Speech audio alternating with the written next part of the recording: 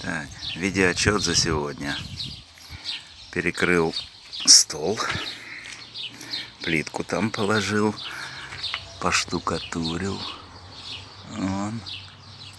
Так, и камин закрыл. Дровник каминный закрыл. Тут еще ряд, два пойдет уже огонь. Ну, печку продвинул. Вот это коптильню. Камера для коптильни будет. Вот это сюда и пойдет вверх. На коптильню вон дверки какие массивные сделал. Ну, а здесь же столик будет, я уже рассказывал. Ну, вот сегодня нормально поработал.